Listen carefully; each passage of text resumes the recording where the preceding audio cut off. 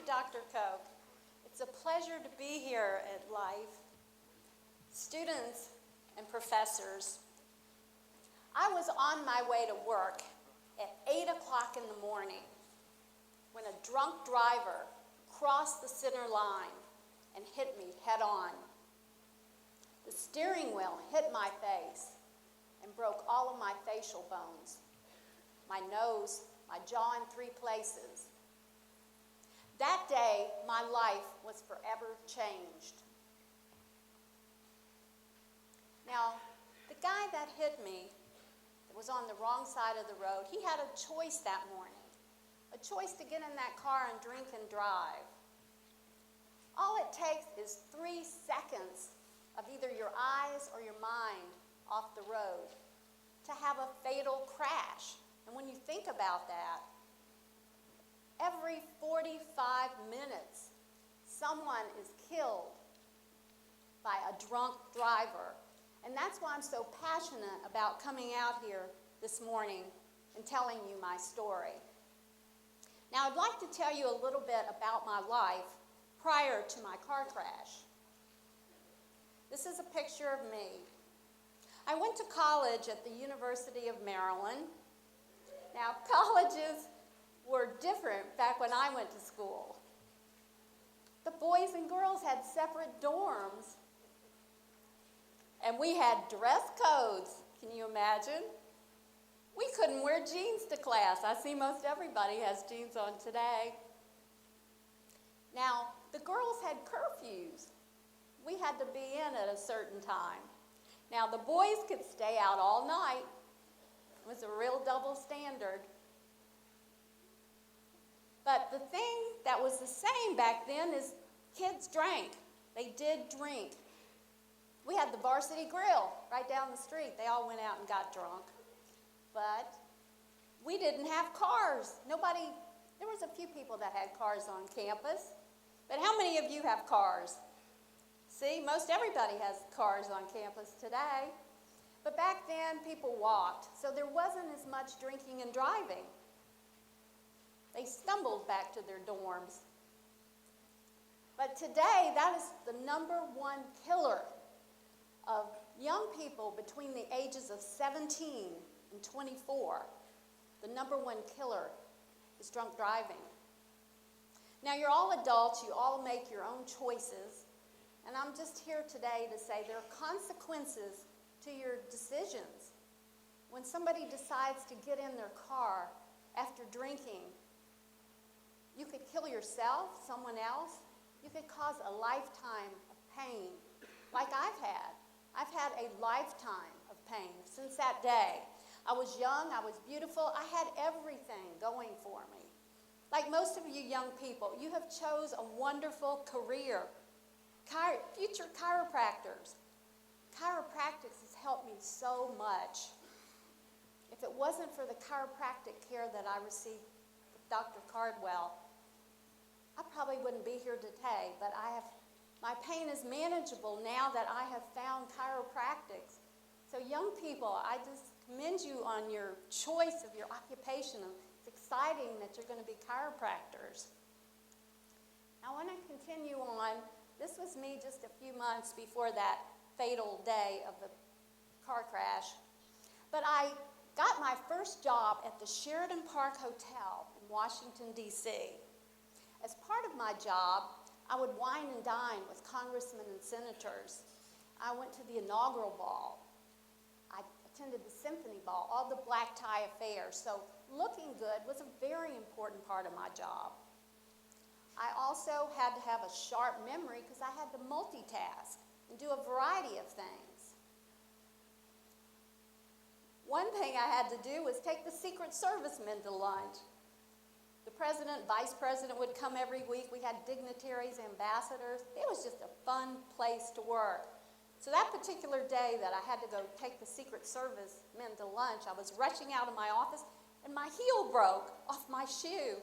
I was in a panic and I thought, what am I going to do? So I took my shoe and whacked it on the desk, and now I had a pair. But I got through that day.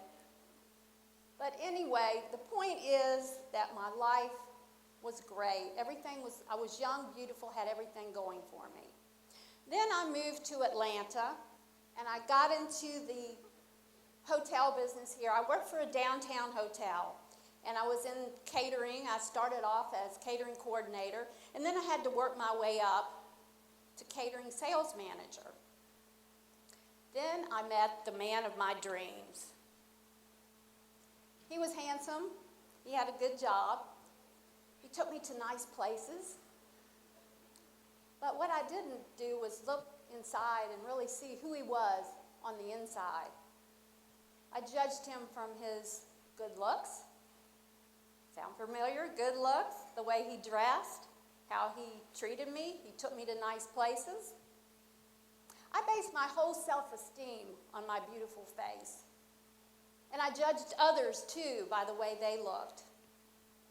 I had a lesson to learn. Well, I'll never forget that morning, July the 7th, 1979. It was a Saturday morning, and I was supposed to be off work. I was all excited. My husband and I had plans to go to Lake Lanier. I was getting up, fixing a picnic lunch, and then the phone rang.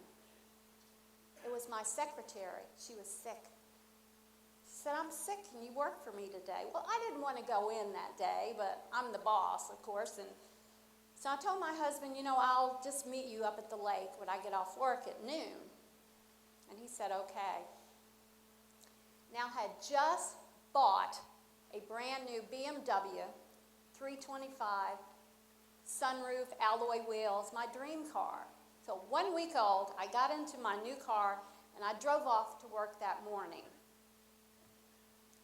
Now, I did an interview with a reporter a little while ago, and she said, "What was the last thing you remember prior to your car crash?" And I thought a moment, and I thought, the last thing I remember was taking a different way to work. Now, normally I would go down Georgia 400, but this particular morning, I chose to go down Roswell Road because there wasn't much traffic. Little did I know, a drunk driver would be on the wrong side of the road. Now, also that morning, a nurse from Northside Hospital, she worked in the intensive care unit. She was getting off work at 7 a.m.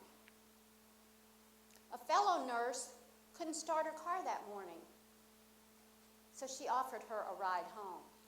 Now, that put her on Roswell Road, following that drunk driver for 2 miles. Now, this nurse told me, she said, "I tried to blow my horn and get him to pull over, but this man was so drunk, he didn't know what side of the road he was on." It was later discovered he had a .22 blood alcohol content. Well, this nurse rushed to my aid. She said she couldn't get me out on the driver's side. The door was jammed. So she had to go around to the passenger side, drag me out. She put me down in the middle of Roswell Road. I didn't have a pulse. She said I wasn't breathing. I was bleeding from my ears, my nose, my mouth. It was a serious accident. She administered CPR and saved my life. If it wasn't for that nurse that day, I wouldn't be here. She said when she got home, her husband thought she had been in an accident. She had so much blood on her. Now, looking at this car, it's hard to believe that anyone survived. Now, this is the side here. Now, the BMW, the engine does drop on impact, and that's what happened. Otherwise, the engine would have crushed me. So the engine dropped, but I still had some severe injuries. Now, this picture here shows that the steering wheel hit my face and how that happened. Well, my husband was called to the hospital, and there he was taken to a room no bigger than a closet. He said he was told of my injuries. I had a severe head injury, and that is what put me in critical condition. They didn't expect me to live through the night. They at first thought I was blind. My eyes did not react to light. Fortunately, that didn't happen. I did lose the sight in my left eye, which has been very hard to deal with. I lost my sense of smell. All my facial bones were crushed. The plastic surgeon said it was the worst he had seen of anyone that survived. Some of my bones were like powder. He said you could just take my bones and they were just absolutely like powder. Well, my husband said as much as they prepared him, when he walked into that intensive care room and saw me, my head was swollen to twice its normal size. I was black and blue all over. He said it looked like somebody took a baseball bat and just bashed in my face. I was unrecognizable. He said the only way he knew it was me, the doctor gave him my wedding bands, and that was the only way he even knew it was me. Now, I was in a coma for 4 days. The doctors didn't want any pictures. They told my family, don't take pictures. So on day 5, I have a picture of me on looking good. My sister said, you look good in this picture, compared to having that head swollen to twice its normal size. Well, they had the mirror taped in the hospital, covered. They thought if I saw my face, that I wouldn't be able to handle it. I would be devastated, which I would have. You saw the beautiful girl up here that I was, and I based my whole self-esteem on what I looked like. What would I do? Well, it wasn't until I got home and I looked in the mirror for the first time, I saw a face. It was not my own. I can't eat. My mouth was wired shut. I had to inhale soup through my wired mouth. It took me an hour just to sit there and inhale the soup. My husband said, I can't bear to see you, so he would not be there for me. I couldn't walk to the bathroom by myself. He had to walk me to the bathroom. I would sit there and cry and remember what my life was like before. And think, what do I have to live for? I also had a tracheotomy. They cut a hole. And so when I first woke up, I couldn't even speak. And it was not until the tracheotomy hole healed up that I was able to even talk. So I didn't even know what happened to me. I was in a total shock for about the first month. But I had a lot of bruising and cutting, and I cut my wrist as well. Now this is when they wired my mouth shut, and I tell you, you know anybody that wires their mouth shut to lose weight, I wouldn't recommend it. It was a horrible experience. Just eating soup for 3 months, I learned to hate soup. Not long ago, my daughter said, Mom, do you like soup? And I said, oh, no soup. I've had enough of it. And I looked pretty depressed here. I was. They had stapled these little butterflies to my nose, but it was pretty awful. But after that time, I had 5 additional surgeries to rebuild my face. I was in and out of the hospital, and every surgery, I thought I would be back to that beautiful young lady again. But it never happened. They actually had to take pieces of Teflon. Now this was me trying to eat. After my wires came off my mouth, I tried to open my mouth, and the plastic surgeon said, this is worse than we thought. He said, open your mouth, and I went, and it wouldn't open. So I had to take my hands and try to open my mouth, and it was another month before I could even eat. So I had to had a mirror, and I just stuffed food in, like applesauce and scrambled eggs. I couldn't eat any solid food. So I continued to have one surgery after another.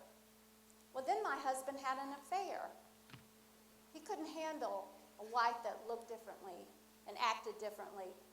I had mood swings, and I was just going through a difficult time. But, he was cute. I picked a guy that looked good. But I was sorry then that I didn't look more into his character. Well, they continued to do one surgery after another on my face. And again, every surgery, I thought I would be back to that beautiful young woman again, but it didn't happen. The pain and the suffering I went through. I had neck pain and back pain. I went to orthopedic surgeons. They gave me pain pills. It was not until I found Dr. Cardwell that I was really helped with my neck and back pain. Now, I've been going to him for 25 years, and young people, you've picked a good profession. You're going to help a lot of people like I have been helped with my chiropractic care. Here's the picture of me where they took a piece of hip bone. They actually took a piece of my hip to build me a nose. Pretty amazing what the doctors can do. So then I had pain in my hip and my face. The pain just went on. And this was after the hip bone in my nose. I had some swelling. And then I had tear duct surgery and more tear duct surgery. And I had braces for 3 years. When people think, oh, you're in a car accident, you're patched up, you're out of the hospital. Well, I'm here to tell you it's been a lifetime of pain. And still today, there's things that I can't do. I can't drive at night on the expressway. I only have sight in one eye. I challenge you sometime to put your hand over your left eye and see what I see. It's really hard. I remember what it's like to see with 2 eyes. All because a drunk driver made a choice that day to get in his car and drink and drive. All it takes is one bad choice. And again, just 3 seconds is all it takes of your eyes or either your mind off the road. Now, also, texting is the same. If you're texting someone, it's the same as having a blood alcohol content of 0.08, which is legally drunk. So, students, no message is worth your life or having a lifetime of pain and suffering like I did. Now, here is just a before and after that you can see. I have a different nose, different eyes, mouth. I just look differently. But I had to learn to accept that. Now, when people would hear my story, and they would say, wow, you have an amazing story. This needs to be a book or a movie. I thought, well, I can't write a book, so, maybe this would be a good movie. So I did send letters off to Warner Brothers, MGM. I had some interest, but I could never get an agent. So one time I was talking to an agent out in LA, and I just said, what does it take to get an agent? I said, I've had interest from Warner Brothers, MGM, and he said, look around. Most movies are books first. I suggest you write a book, and then if you have a successful book, you can get an agent. So that's what I did. I took my diaries. I had diaries from 3 years, and I started writing a book. Now, I didn't know what I was doing. It was like my desire to tell my story kind of overrode any talent. But once I got going, I was able to write a book. And once I realized that I started to look inside and build my self-esteem on who I was inside, not my beautiful face, I realized I had gifts and talents I didn't know I had. So I ask you today, look inside, students, see who you are on the inside, and build your self-esteem on that. Because your outward appearance, like mine, it could be gone at any time. So my book, Of Face Value, came out in 2006, and I've had book signings at Borders, Barnes & Noble, and Hastings. It's going well. And when I get emails from people telling me, your book has really helped me, it's touched my life, it really makes me feel good. But then there was more. I heard about Mothers Against Drunk Driving. They had a victim impact panel. I could tell my story, but there was one problem. I couldn't speak. I was a nervous speaker. Now, I was in the hotel business, and we had a roast for my boss. He was general manager, and all the department heads got up and just said something funny, right? I was the only one that was so afraid I couldn't even get up and say a few words. I had my secretary get up and speak for me. Well, I joined Toastmasters at the Square. It's a public speaking group. And through Toastmasters, I learned to be confident, to be able to speak, because I wanted to go out and talk to young people. and tell my story in hopes of saving lives. So now I speak at schools, high schools, middle schools, and colleges, and hopeful that the students will listen and just think before they drink and drive. You know, it can cause a lifetime of pain. Now, the drunk driver that hit me was fined $450. That was it. He had 3 previous DUIs. And get this, he was driving without a license that day. It had been taken away for another offense. He also had 4 previous accidents, drinking and driving. So this guy was a habitual drunk driver. I was very upset when I heard the fine. Now, I also went to court, and I was in court suing him because I had so many astronomical hospital and doctor bills. I was in court for 2 years suing this drunk driver. I won an amount, an award, and then it was appealed, and I lost the appeal. Then I just had to settle for enough money to pay off my hospital and doctor bills. But it has just been a long journey, and simply because a drunk driver was on the wrong side of the road and he made a poor decision that day. Now, I'm fortunate that even though I ended up getting divorced, I had my daughter Krista, and Krista looks just like I did before my car crash. It's amazing. She's beautiful, and everybody sees those pictures of me and they think it's Krista. But Krista knows my story, and she was there for me, and she gave me a reason to go on. And when she'd say, "Mommy, I think you're pretty," and it really helped me. And also my faith in God helped me. I'd gotten away from God, and he brought me back in this miraculous way. And kind of after 9/11, when everybody turned back to God, when my car crash happened and I lost my job, my husband, my looks, everything, it made me realize that I had to have something to keep me going, and that was God. But then my story, I had a desire to tell my story. And I'll never forget that first time I spoke at a victim impact panel for MAD. There were 100 drunk drivers, and they were all staring at me, and I was so nervous. But the most amazing thing happened. After I finished speaking, at least 6 or 8 of these drunk drivers came over to me, and they said, "Wow, thanks for sharing your story. You have an amazing story." One guy said, "Can I give you a hug?" And I said, "Sure." They were actually being helped. And it made me feel good. I had found my mission, my passion. So I continued speaking at MAD, and now it's been 6 years that I've been speaking to the drunk drivers, convicted drunk drivers. I try to speak every month if my schedule allows it. But now I am helping people and saving lives. So I know that you young people all have dreams and visions. Don't give up. Never give up. Because I could have given up easily. I could have killed myself when I wanted to. When I was looking in that mirror, I didn't find any reason to live. And now when I get letters and emails and calls from people that are being helped by my book. Or one lady said, "Oh, I heard you speak at the school," and remembered 4 years later that she had heard me and what I said. It gives me a reason to get up in the morning and a reason to live. So you never want to give up on your dreams. And if it wasn't for finding the chiropractic help with Dr. Cardwell, I mean, my neck was in such pain.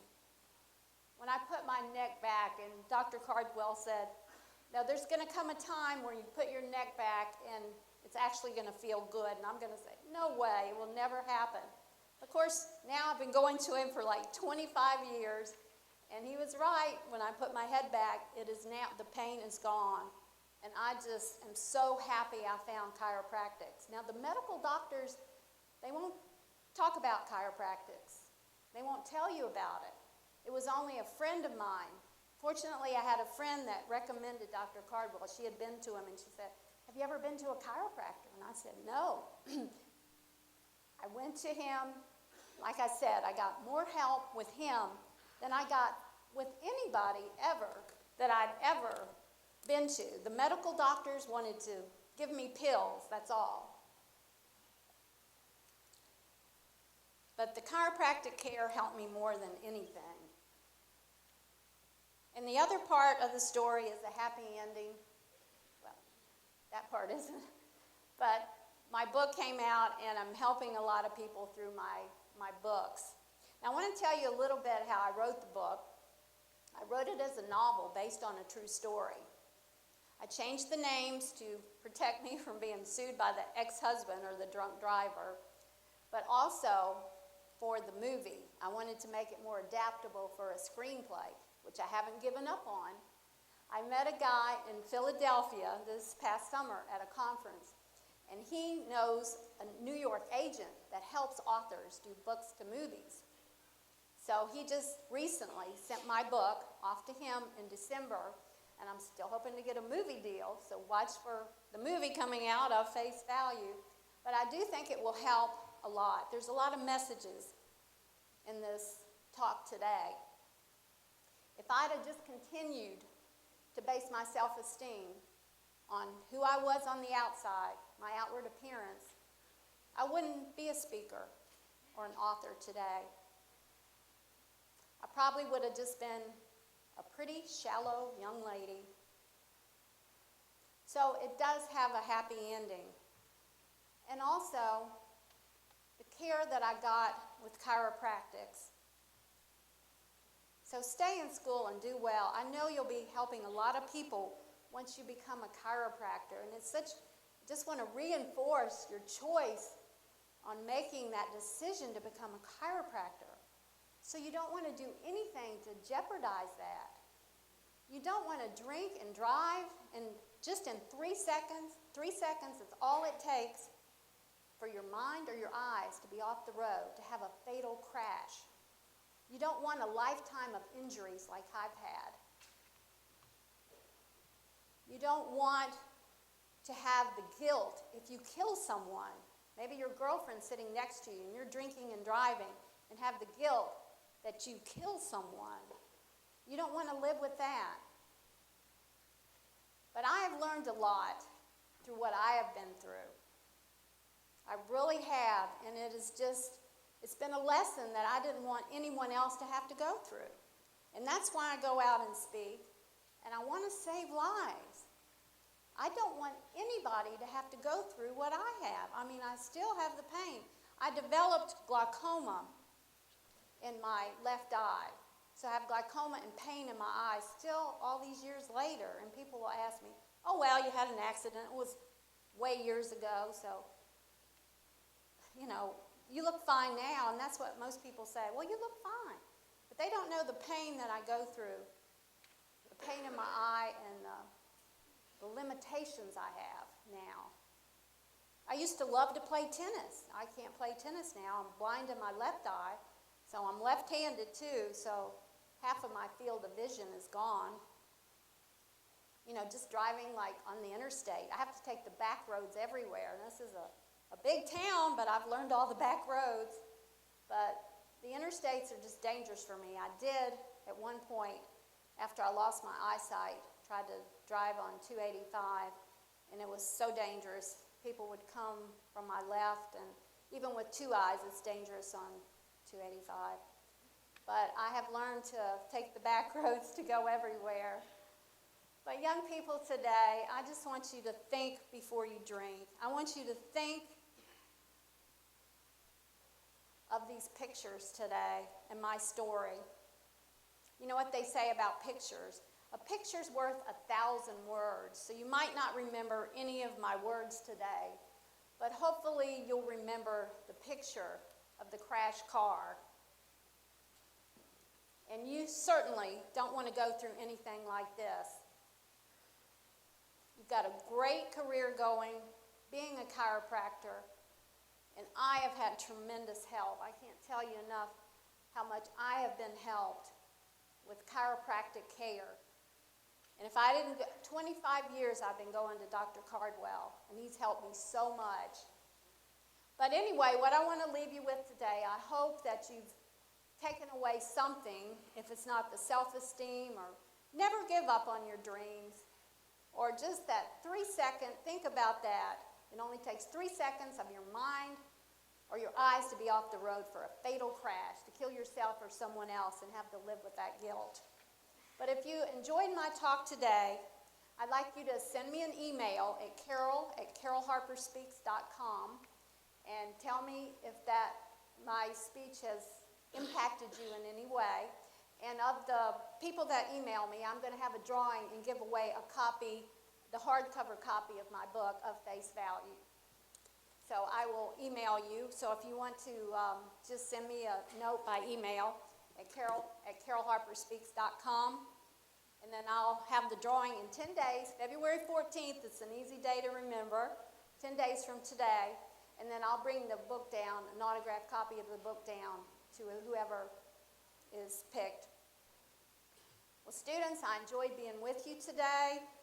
And my mission is, if I can save one life through what I went through, it'll be worth it. You've been a great audience.